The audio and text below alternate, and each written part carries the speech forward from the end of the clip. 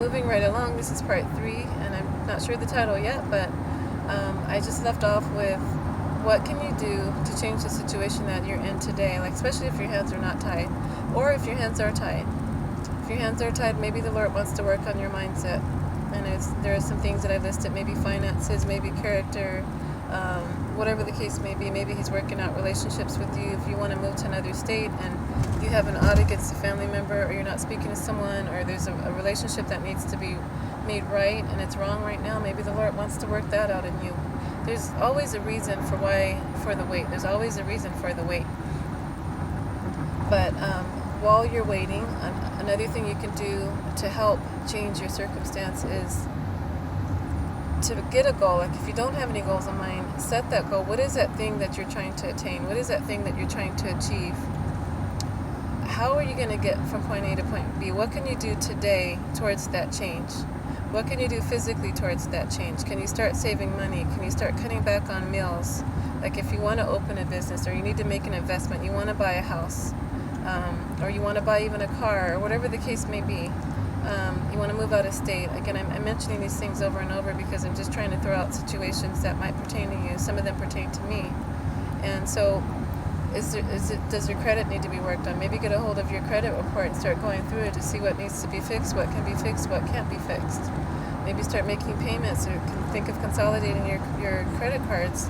I've had to do that in the past, and consolidate them, make one payment, they're all paid off, and then you start fresh. And maybe don't get into any new debt. Cut up the credit cards. Maybe you can start saving. Maybe you're used to going to get Starbucks every morning. Maybe buy a canister of coffee and make it at home. Just get up a little bit earlier, make it at home. And every little bit counts. Every little bit helps. Maybe instead of buying lunch every day, pack a lunch and save that money that you were going to spend on that lunch or that coffee or whatever the case may be, and start saving.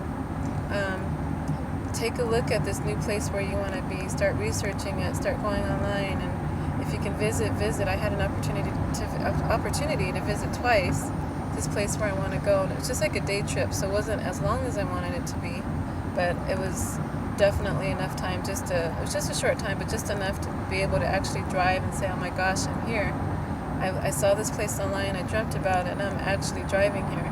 And I felt more comfortable, I think, the second time around. I was just getting around, zipping around the roads, and I was like, I can do this. I kind of got some cold feet at one point, but then, it took some time, but I built the courage back up to do it. I believe I built up the courage because the Lord is greater is He that's in me than he that is in the world. With Him on my side, I can do anything. So maybe you need to go visit that place. Maybe you need to research it online. And if the Lord's telling you to go in faith without visiting, then do whatever He's telling you to do. I'm just throwing some suggestions out there, but whatever He's telling you to do. Maybe He's sending you for ministry. Maybe He's sending you for just a fresh start. Maybe a change of pace, because where you are now, you literally feel like you're going to lose your mind. There's just trouble. It's just bad memories, trouble everywhere. And maybe it's just time. Maybe the bird's nest is uncomfortable because the Lord is pushing you out to the unknown. And sometimes the unknown might feel safer, or might be happier than the known. It's sad, but a lot of times that's the case. That's true. So make a goal, make a plan, and chart it out. Chart it out. What you're going to do, step A. What can you do today, the next 5 minutes, to change the situation that you're in?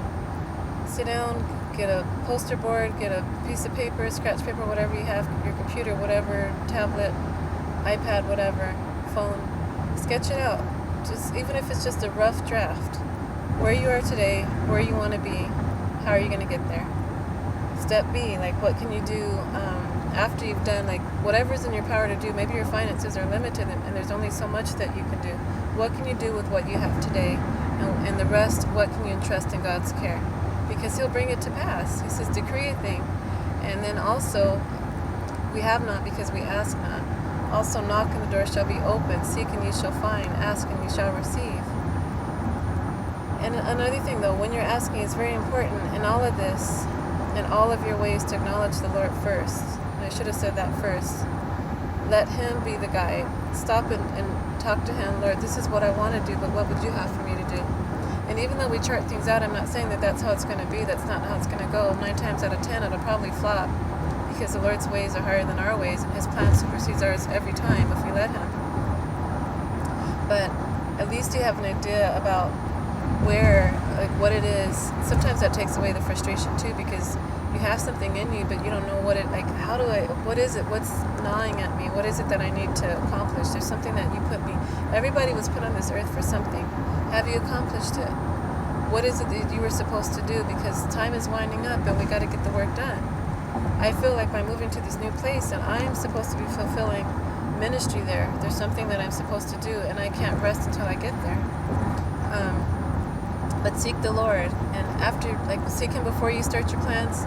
Seek Him after you've made your plans, and ask Him. Commit your way to the Lord, and He'll bring it to pass if it's according to His will. That's the key, Lord. If this is according to your will, so be it. And so I think I'm going to cut off part 3 here, and I'll be back, I think, with the part 4. Yeah, probably just to wrap this up. And peace be with you guys. God bless you. Bye.